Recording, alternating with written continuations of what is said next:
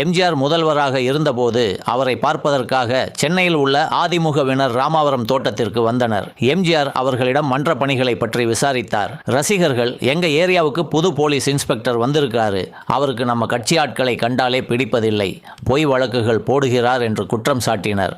அமைதியாக அவர்கள் சொன்னதை கேட்ட எம்ஜிஆர், நீங்க ஏதாவது தப்பு செஞ்சீங்களா என்று கேட்க, நாங்க ஒன்றும் பண்ணலை தலைவரே என்று ஜகா வாங்கியது கூட்டம். நீங்க சொல்லாவிட்டால் எனக்கு தெரியாமல் போய்விடுமா? ஹெட் கான்ஸ்டபிளை மன்றத்தை சேர்ந்தவங்க அடிச்சிருக்கீங்க, அது யாரா இருந்தாலும் நடவடிக்கை எடுக்க சொல்லியிருக்கேன். நான் சொல்றத நல்ல கேட்டுக்கங்க. நாம் ஆளும் கட்சியா இருக்கலாம், எனக்கு ஓட்டு போட்டு முதல்வர் ஆக்கினது மக்கள். நான் எல்லாருக்கும் பொதுவானவன். நம்ம கட்சிக்கு கெட்ட பேர் வராம பாத்துக்கிற பொறுப்பும் உங்களுக்கு இருக்கு. அதனால இனிமேல யாராவது வம்பு தும்புக்கு போய் பிரச்சனை பண்ணினா நான் பார்த்துட்டு சும்மா இருக்க மாட்டேன். பார்த்து நடந்துக்கங்க என்றார் கண்டிப்புடன். பயந்து போன ரசிகர்கள் வணக்கம் போட்டு திரும்பி நடக்கத் தொடங்க, நில்லுங்கள் என்றார் எம்ஜிஆர். அனைவரும் கண்களில் மிரட்சி